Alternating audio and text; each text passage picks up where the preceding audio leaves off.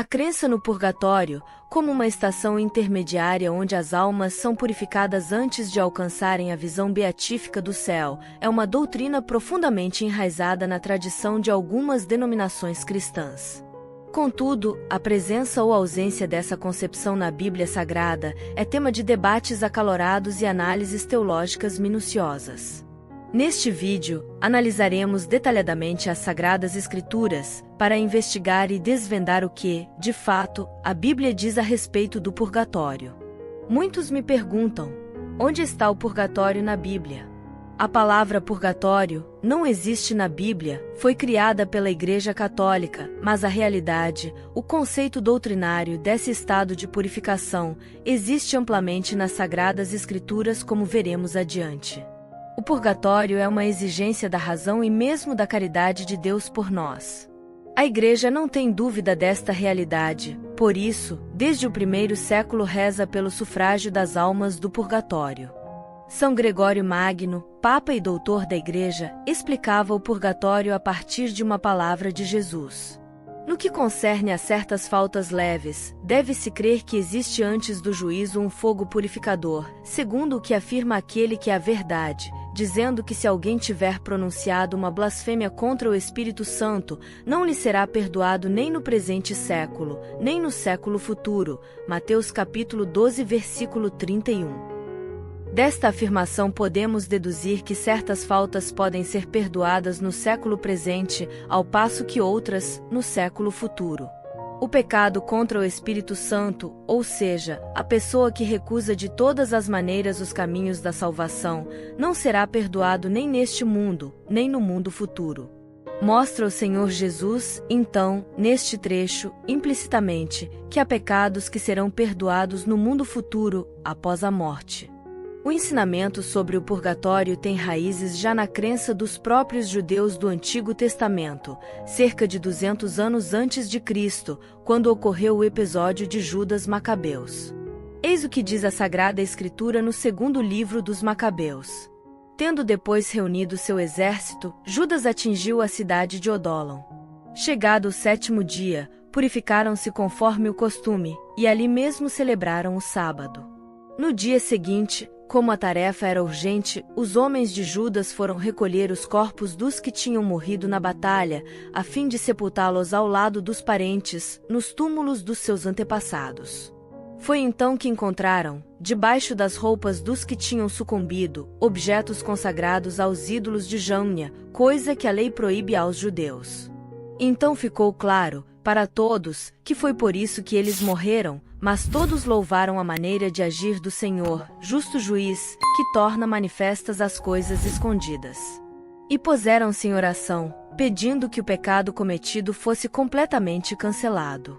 Quanto ao valente Judas, exortou o povo a se conservar sem pecado, pois tinham visto com os próprios olhos o que acontecerá por causa do pecado dos que haviam sido mortos.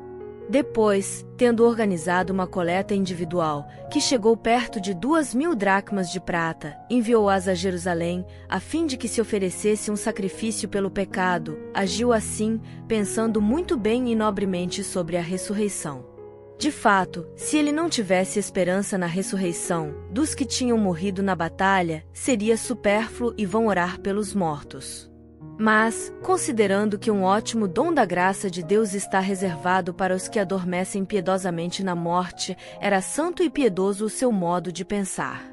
Eis porque mandou fazer um sacrifício expiatório pelos falecidos, a fim de que fossem absolvidos do seu pecado. O autor sagrado, inspirado pelo Espírito Santo, louva a ação de Judas quando escreve: de fato, se ele não tivesse esperança na ressurreição, dos que tinham morrido na batalha, seria supérfluo e vão orar pelos mortos. Mas, considerando que um ótimo dom da graça de Deus está reservado para os que adormecem piedosamente na morte, era santo e piedoso o seu modo de pensar. Eis porque mandou fazer um sacrifício expiatório pelos falecidos, a fim de que fossem absolvidos do seu pecado. Nesse caso, vemos pessoas que morreram na amizade de Deus, mas com uma incoerência, que não foi a negação da fé, já que estavam combatendo no exército do povo de Deus contra os inimigos da fé. Cometeram uma falta que não foi mortal. Fica claro, no texto de Macabeus, que os judeus oravam pelos seus mortos e por eles ofereciam sacrifícios, e que os sacerdotes hebreus, já naquele tempo, aceitavam e ofereciam sacrifícios em expiação dos pecados dos falecidos, e que esta prática estava apoiada sobre a crença na ressurreição dos mortos. E como o livro dos Macabeus pertence ao cânon dos livros inspirados, aqui também está uma base bíblica para a crença no purgatório e para a oração em favor dos mortos. Com base nos ensinamentos de São Paulo, a Igreja entendeu também a realidade do purgatório. Na primeira carta aos Coríntios, Paulo diz: "Cada qual veja bem como está construindo. De fato, ninguém pode colocar outro alicerce diferente do que já está colocado, Jesus Cristo. Se então alguém edificar sobre esse alicerce com ouro, prata, pedras preciosas ou com madeira, feno, palha, a obra de cada um acabará sendo conhecida. O dia a manifestará, pois ele se revela pelo fogo, e o fogo mostrará a qualidade da obra de cada um. Aquele cuja construção resistir ganhará o prêmio, aquele cuja obra for destruída perderá o prêmio, mas ele mesmo será salvo, como que através do fogo."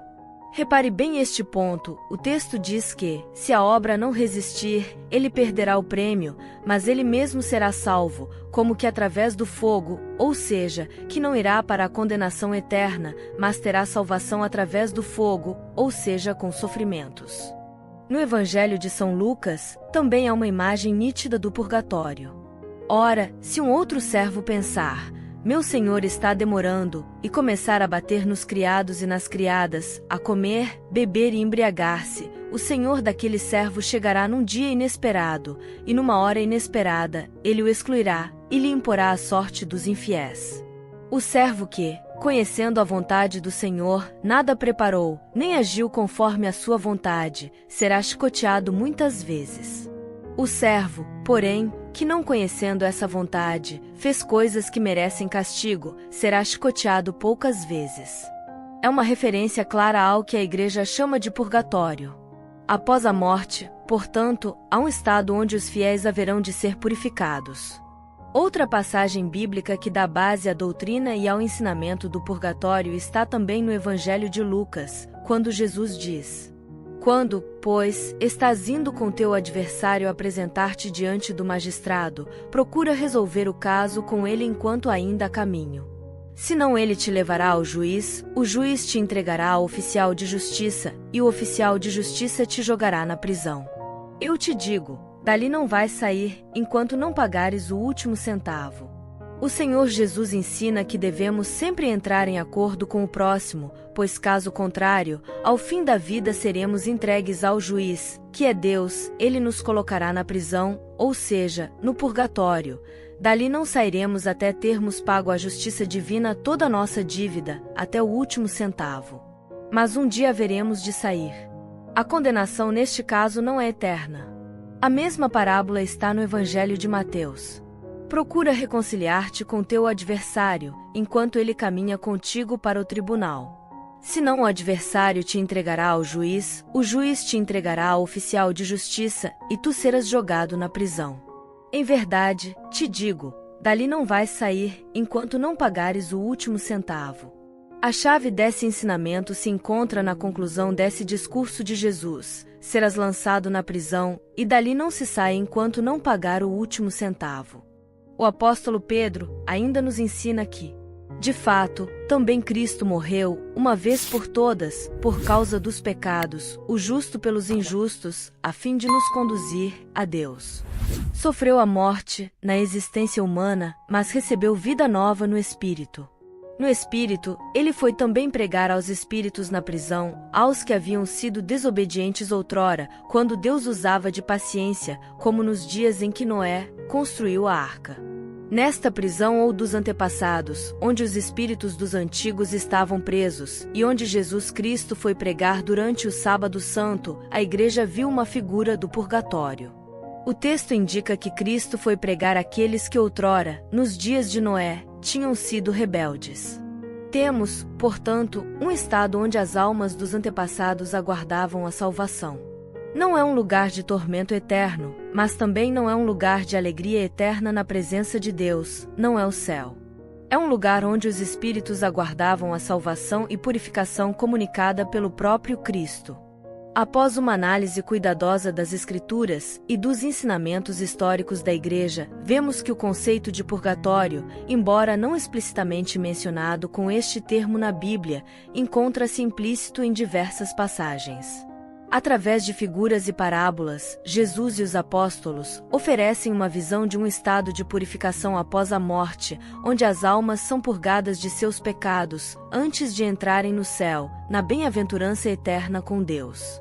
É fundamental compreender que o purgatório não é uma punição eterna, mas um ato misericordioso de Deus, permitindo que as almas se purifiquem e estejam aptas para a santidade necessária para estar na presença divina. As práticas de oração e oferta de sacrifícios pelos mortos, como observado nos episódios de Judas Macabeus e nas exortações de São Paulo, reforçam a crença na continuidade da jornada espiritual das almas após a morte física. Concluímos, portanto, que a doutrina do purgatório está fundamentada na tradição bíblica e eclesiástica, como uma expressão da justiça e da misericórdia divinas. Longe de ser um conceito inventado sem base nas Escrituras, o purgatório ressoa com os ensinamentos sobre a natureza de Deus, a justiça final e a esperança na redenção e na ressurreição prometidas. Por isso, quero encorajar você a refletir sobre estas verdades, buscando sempre uma maior compreensão da fé e das promessas de Deus para com aqueles que o amam. O grande doutor da Igreja, São Francisco de Sales, tem um ensinamento maravilhoso sobre o purgatório. Ele ensinava, já na Idade Média, que é preciso tirar mais consolação do que temor, do pensamento do purgatório. Eis o que ele nos diz. As almas ali vivem uma contínua união com Deus. Estão perfeitamente conformadas com a vontade de Deus. Só querem o que Deus quer. Se lhes fosse aberto o paraíso, prefeririam precipitar-se no inferno a apresentar-se manchadas diante de Deus. Purificam-se voluntariamente, amorosamente, porque assim o quer Deus. Querem permanecer na forma que agradar a Deus e por todo o tempo que for da vontade dele. São invencíveis na prova e não podem ter um movimento sequer de impaciência, nem cometer qualquer imperfeição. Amam mais a Deus do que a si próprias, com amor simples, puro e desinteressado. São consoladas pelos anjos. Estão certas da sua salvação, com uma esperança inigualável. As suas amarguras são aliviadas por uma paz profunda. Se é infernal a dor que sofrem, a caridade derrama-lhes no coração inefável ternura, a caridade que é mais forte do que a morte e mais poderosa que o inferno. O purgatório é um feliz estado, mais desejável que temível, porque as chamas que lá existem são chamas de amor. Então, agora quero te perguntar uma coisa: você ficou com alguma dúvida sobre esse tema do purgatório? Se sim, deixa aqui nos comentários a sua dúvida, que terei o maior prazer em responder para você, ou então pode deixar alguma sugestão de tema que você gostaria de ver por aqui, que terei o maior prazer em fazer um vídeo sobre isso.